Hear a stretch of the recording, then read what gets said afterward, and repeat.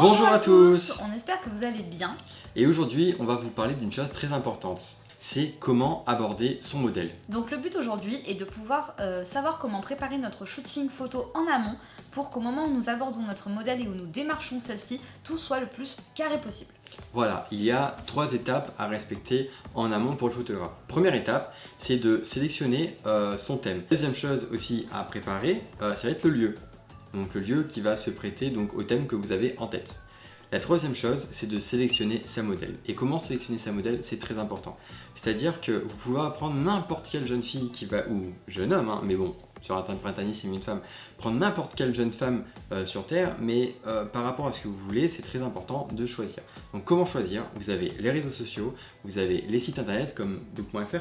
Oui, c'est ça. Voilà. Avec cette chose-là, déjà, vous avez préparé votre thème. D'accord?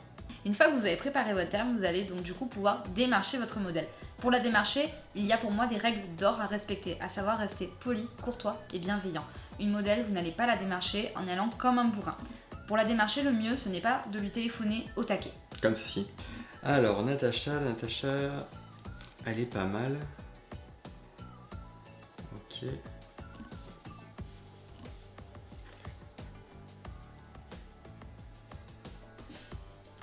Tiens, qui c'est qui m'appelle? Oui, allô? Oui, Natacha. Oui, bonjour. Bonjour. J'ai trouvé ton numéro sur un site. Comment ça, t'as trouvé mon numéro sur internet?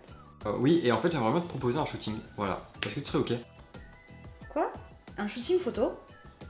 Mais pourquoi? Pour la démarcher, il va falloir plutôt la contacter sur ses réseaux sociaux, lui donner un premier abord, lui expliquer ce que vous faites vous, pourquoi vous êtes photographe, ok, vous présentez un minimum, et ensuite lui exposer votre projet photo. Si celui-ci lui correspond, vous échangez tous les deux vos numéros de téléphone et vous pouvez ensuite à ce moment-là développer au mieux et au plus en détail votre projet photo. Voilà, donc après une fois que le projet photo est ok, à vous en tant que photographe de se dire bon bah voilà j'aimerais bien avoir un style photographique comme ça, un style photographique comme ça, vous échangez avec la modèle et vous préparez tout ça en amont. Donc plus c'est préparé en amont et mieux le shoot se fera, plus rapide il sera. Et au niveau de la retouche aussi, c'est très important, savoir quel style de photo vous voulez donner. Donc si c'est des photos qui vont être différentes les unes des autres, pourquoi pas, ça peut être très bien. Après, est-ce que vous voulez publier sur Instagram, donner un aspect à votre feed? Donc là, c'est très important de savoir comment vous allez shooter et de savoir quelle technique de retouche vous allez utiliser, surtout au niveau de la colorimétrie. Oui, parce qu'il faut savoir que tout ce qui est fait en amont n'est plus à faire après en retouche. Donc ça, c'est très important et c'est un gain de temps phénoménal. Exactement. Donc il y a ces choses très importantes à savoir. Après, il y a aussi autre chose à savoir.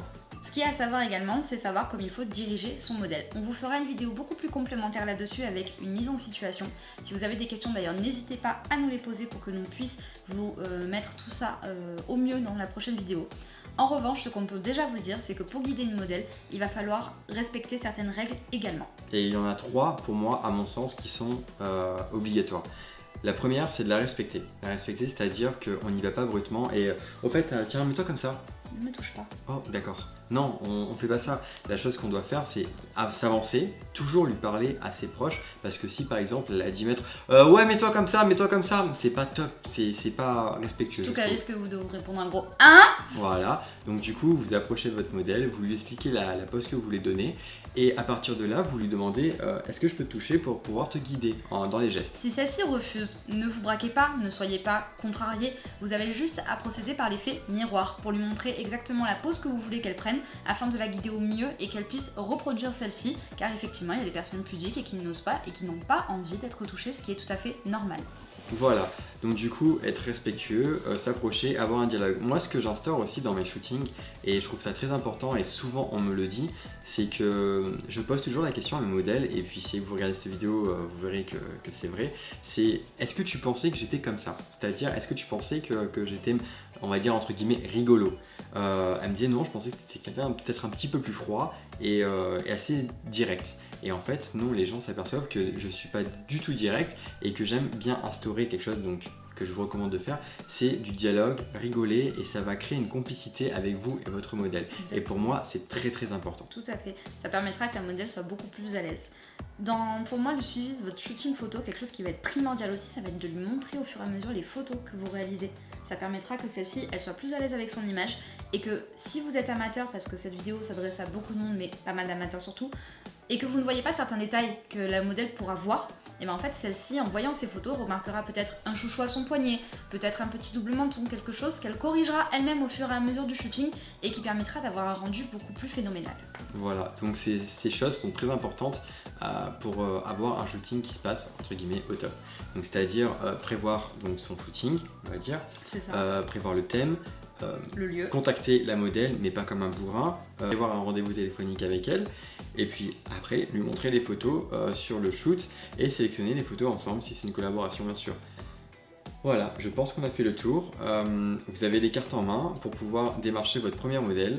Je pense qu'on est bon. On est pas mal. On vous fait des gros bisous. Et on vous Shootez dit, bien. Ciao ciao. prenez soin de vous. Au revoir.